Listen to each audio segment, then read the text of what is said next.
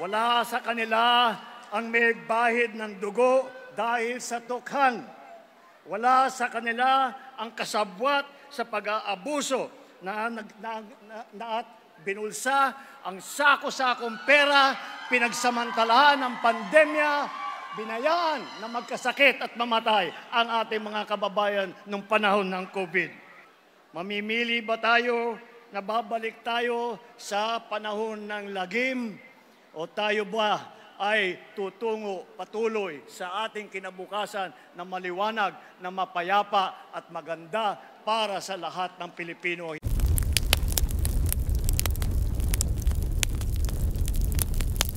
Yan po ay dahil pag tinitignan po natin ang mga ibang partido, nakakandara pa po sila at naghahanap sila ng kandidato, hirap na hirap silang kumuha ng miyembro. At hindi nila maunawaan kung bakit ang alyansa, na kumpleto po natin yung lineup.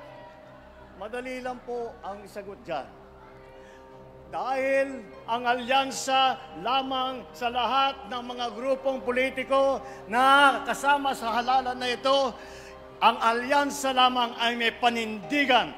Hindi ito nagsasama para magtulungan lamang, para tulungan na sila ay mahalal. Sila po ay may panindigan na sila ay kapit-bisig na tutulong at gagawin ang lahat para pagandahin ang buhay ng bawat Pilipino at pagandahin ang minamahal nating Pilipinas.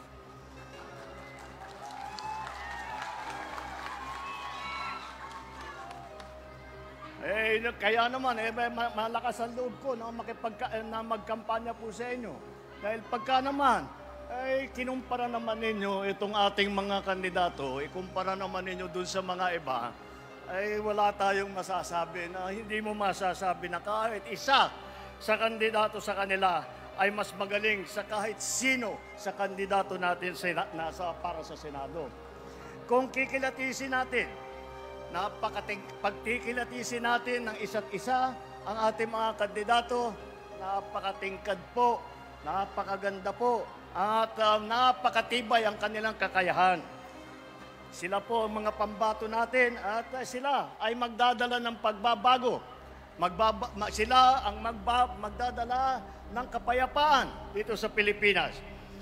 Ngayon, pinagsama-sama natin ngayon, lahat itong napakagaling na mga kandidato para sa Senado ay nakaka-impress talaga ang kanilang pinagsama-samang lakas.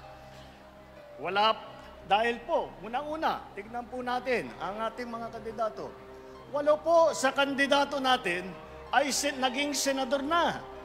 Nandito po, Senator Cayetano, Senator Lacson, Senator Lapid, Senator Marcos, Senator Pacquiao, Senator Revilla, Senator Soto, Senator Tolentino.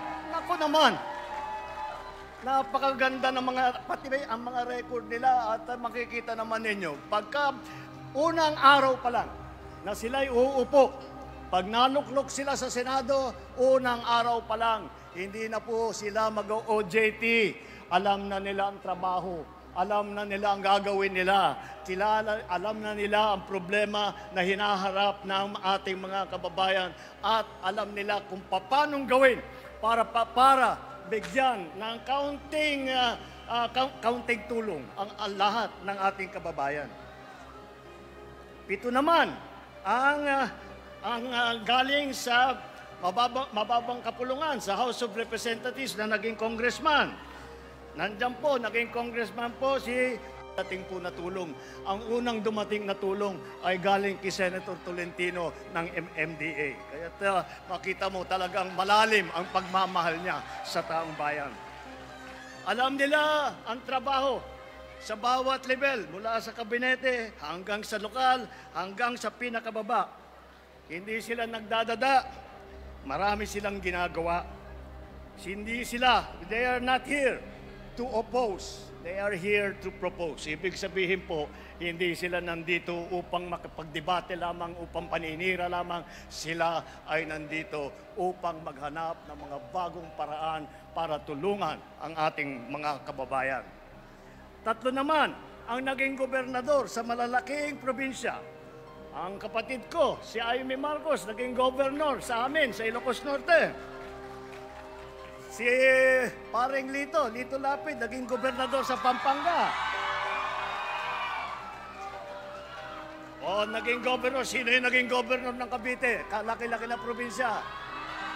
Governor Bong Revilla. O, yan ang mga governor. Meron din po kami, mga city mayor, malalaking syudad. Mauna na dyan, yung pinakamayaman na lungsod sa buong Pilipinas. Ayan, nakangiti si Mayor Abby dahil siyang namahala ng Makati. Kaya't kung pupunta po kayo sa Makati, ay nako, maraming mga pinamimigay at ang tulong na binibigay ng pamahalaan sa kanila. Libre lahat sa Makati. Yan po ang ginawa ni Mayor Abby Binay. Si Benher Abalos, naging mayor din ng Mandaluyong. Narinig nyo naman po. Marami siyang natanggap na award, marami siyang natanggap na pagkikilala dahil sa kanyang performance bilang mayor ng Mandaluyong. At ang ating butihing Senador Tolentino ay naging mayor naman ng Tagaytay. Kaya't makita po ninyo, at isa pa, na nadaan din sa LGU. Huwag po natin nakakalimutan kung minsan hindi po natin naaalala ito. Ngunit, si Senator Tito Soto, naging Vice Mayor yan ng Quezon City. Kaya naman po talagang madaling masabi na handang-handa na itong grupo na ito. At hindi lamang, pag-uusapan naman, ang mga issue ng ating mga kababaihan, hindi po tayo may iwanan dahil apat ang babae dito sa ating lineup. At hindi ito, alam niyo po, kilala ko silang lahat ng matagal. Palagay ko, itong ating mga babae na senador, palagay ko, mas matapang pa sa sundalo itong mga ito. Kaya makakatiyak po kayo, mga kababaihan, maririnig ang boses ninyo, at ipagtatanggol ang mga karapatan ninyo ng ating mga lady senators.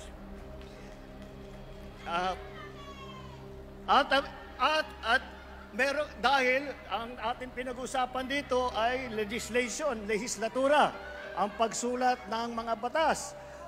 Dito po sa ating lineup, 4 po ang abogado. Si Attorney Benher Abalos, Attorney Abby Binay, Attorney Pia Cayetano, Attorney Tolentino. Yan po, sila ay sanay na sanay po at nakakaunawa sa mga pangangailangan para pagandahin ang mga batas na lumalabas sa Kongreso. Pagdating naman sa mga pinanggalingan, baka akala po ninyo, silang lahat ay tiga Maynila lamang. Baka akala ninyo, isa lang ang pinanggalingan nila, sa Luzon lang nanggaling. Hindi po ganun. Pagdating sa geographical representation, 2 po ang taga Mindanao. Alam nyo, kilala nyo naman ang ating kampyon. Si Senator Manny Pacquiao ay galing...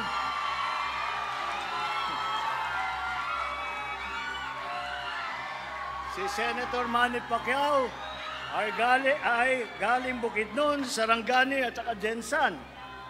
Si Erwin naman, lumaki sa Davao Oriental, sa Sulu, mga probinsya kung saan nadestino ang kanyang bayaning ama. At isa pa, ang una pong Vicente Soto ay naging senador na galing naman sa Cebu.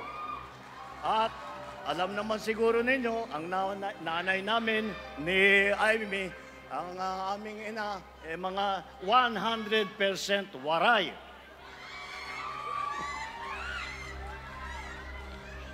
Wala sa kanilang may bahid na problema. Wala kayong maririnig na masamang balita tungkol dito sa ating mga kandidato. Ito ay hindi lamang sila ay magaling. Sila ay mabubuting tao. Sila ay mabubuting nagseserbisyo sa publiko. Wala sa kanila ang may bahid ng dugo dahil sa tukhang. Wala sa kanila ang kasabwat sa pag-aabuso na binulsa ang sako-sakong pera, pinagsamantalahan ng pandemya binayaan na magkasakit at mamatay ang ating mga kababayan nung panahon ng COVID. Wala sa kanila ang nagsisip-sip po sa China na pumapalak, yung iba pumapalak pa na tuwan-tuwa na pagka binobomba po ng tubig ang ating mga Coast Guard, kapag hinaharang ang ating mangingisda at ninanakaw sa kanila ang kanilang huli.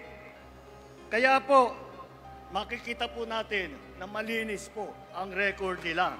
Malinis po ang kanilang ginagawa, malinis po ang kanila naging trabaho. Kaya po, napakadali po ikampanya ang ating line-up. Marami pong nagsasabi na ang midterm election daw ay hindi masyadong mahalaga, hindi masyadong importante dahil hindi naman na magbabago ang Pangulo. At yung naiwang 100 pa na senador ay hindi naman mapapalitan.